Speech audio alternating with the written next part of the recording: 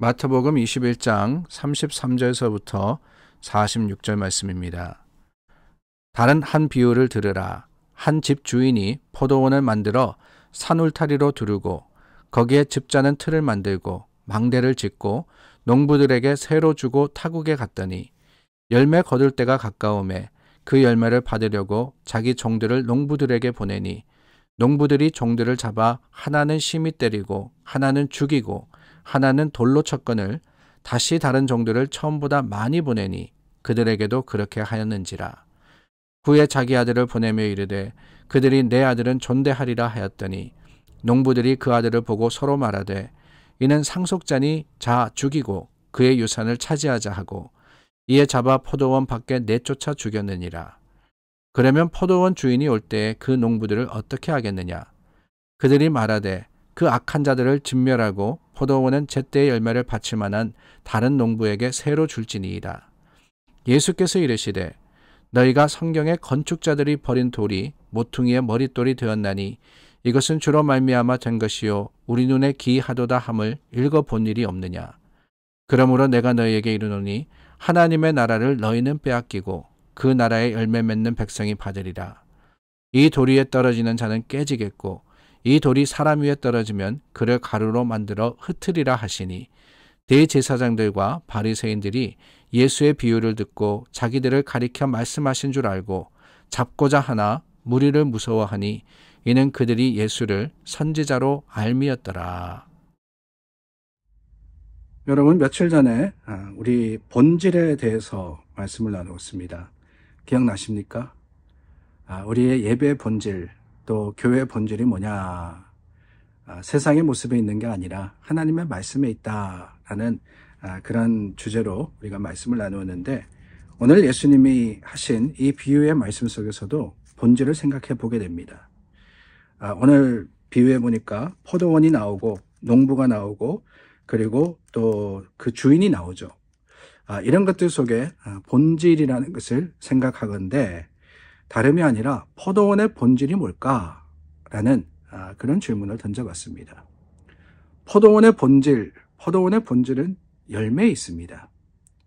그리고 그에 따라서 농부의 본질은 어디 있느냐? 열매를 맺게 하는 농사에 있습니다. 그러니까 열심히 농부가 농사를 지어서 그 포도원에 풍성한 열매를 맺게 되면은 본질을 다 충족하게 되는 거예요. 그 목적대로 그들이 맡겨주신 일을 하게 되는 겁니다.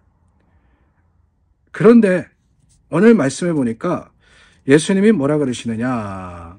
이 농부들이 농사를 짓기는 짓습니다. 근데 그들의 관심이 어디에 가느냐? 다른 게 아니라 그 농사나 아니면 열매에 있는 것이 아니라 포도원을 소유하려고 하는데 있었다라는 것이 비극의 시작이었습니다. 열매 맺는 그 농사에 충실해야 되는데 그게 아니라 우리가 이 포도원을 가지자, 유산을 차지하자, 38절 말씀이죠. 자, 상속자를 죽이고 그의 유산을 차지하자라고 하는 데서 문제가 생기기 시작했다는 거예요. 이 본질이라는 것이 중요한 이유는 다른 게 아닙니다. 본질을 잃어버리기 시작하면 변질되기 때문에 그래요.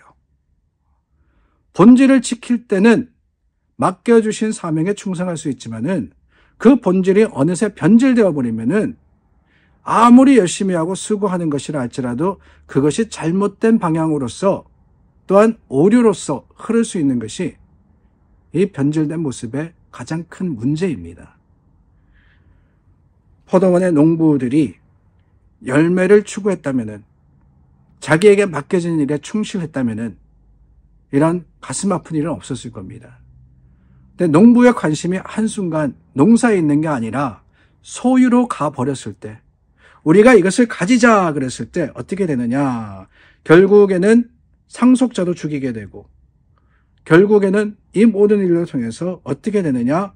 농부들이 진멸되게 되는 거예요. 농부들이 진멸되게 되는 겁니다. 신앙의 본질이 그렇지 않습니까, 여러분? 신앙의 본질은 소유에 있지 않습니다.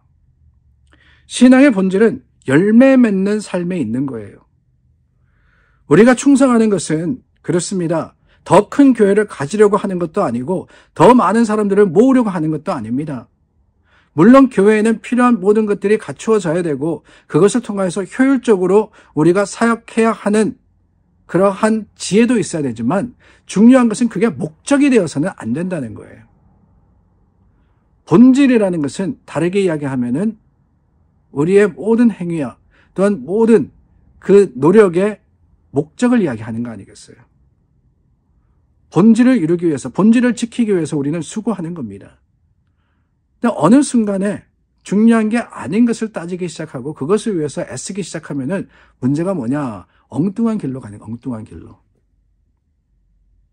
우리가 늘 듣지 않습니까? 그 헬라어에 죄라는 단어가 뭐냐? 하마티아라 그랬습니다. 하마티아. 하마티아는 관역을 비껴나가는 거예요. 바르게 가야 되는데 그 목적을 향해서 정확하게 틀림이 없이 가야 되는데 어느 순간에 내 생각에 내 판단에 이 정도면 된다라고 할 때 그게 바로 죄가 되는 겁니다. 오늘 포도원의 농부들 그들의 지었던 죄의 시작은 다른 데 있지 않았습니다. 본질을 잃어버린 데 있었습니다. 그 본질을 잃어버릴 때 결국에는 진멸되고 말았던 거예요. 오늘 예수님께서 그 말씀을 하시면서 선포하십니다. 건축자들이 버린 돌이 모퉁이의 머릿돌이 되었다 그랬어요. 건축자들이 버린 돌. 여러분, 건축자들이 왜 그 돌을 버렸겠어요? 다른 게 아니죠. 자신들의 판단에 이게 아니다라고 생각을 했던 거예요. 자기의 생각에 더 맞는 것, 더 좋은 것을 찾아야 된다라고 했습니다. 그러나 여러분, 본질은 어디 있느냐? 다른 데 있는 게 아니에요. 예수님께 있는 겁니다. 예수님. 하나님의 아들 예수님을 붙들었더라면은 그 예수님이 귀퉁이 돌, 그 모퉁이 돌이 되어서 하나님의 거룩하심을 이루시지 않았겠습니까? 오늘 우리들 신앙생활하면서 항상 기억하기를 원합니다. 무엇이 본질이냐? 무엇이 본질이냐? 본질은 모습에 있지 않아요. 본질은 현상에 있지 않습니다. 본질은요, 하나님 주신 말씀에 있는 거예요. 말씀에. 우리가 말씀을 묵상하고 그 말씀을 알고 말씀을 배우기를 애쓰는 이유가 뭐냐? 다른 게 아니에요. 그 모든 것들을 통해서 하나님의 거룩하신 뜻과 계획이 우리의 신앙의 본질이 될 수 있기를 바라는 마음으로 우리는 그 본질이 말씀에 있음을 기억하고 말씀을 찾고 구하는 겁니다. 사랑하는 여러분, 사순절에 이제 세컨드 하프가 시작이 되었죠. 21번째 날입니다. 늦지 않았습니다.